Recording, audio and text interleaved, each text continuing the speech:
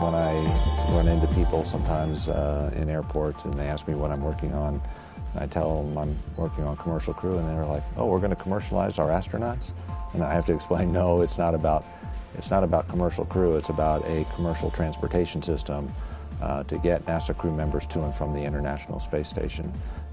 We're doing it a little bit differently than a traditional NASA program because we're trying to develop systems that can not only NASA can use to transport our astronauts to the ISS, but also the commercial industry can use for other customers.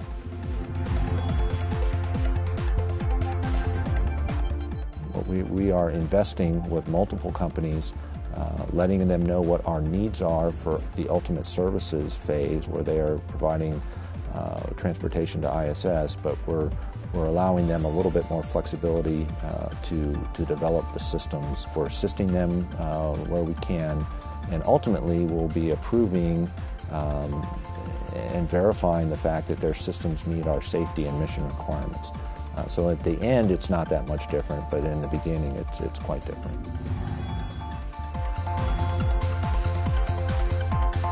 I look at the investment that we've made on the space station program, and that investment has been very significant in terms of, if you go back to all the money that we've invested, the shuttle flights to assemble, and we're right at the point in space station where we're starting to reap the benefits, the scientific benefits of that investment.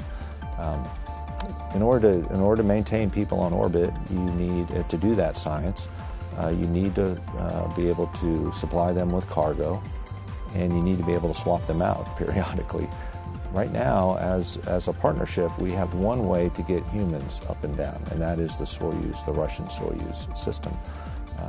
So we are single string on getting people up and down.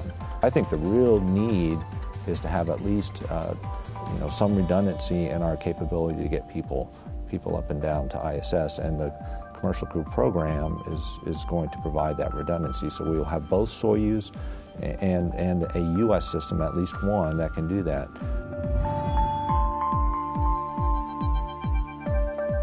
If we're going to be a species who robustly explores space, in order to do it cost effectively, there's got to be an economic incentive that comes along with it. So NASA can stretch the frontier, but the money that's required to do that is going to be difficult to sustain any type of exploration of that frontier.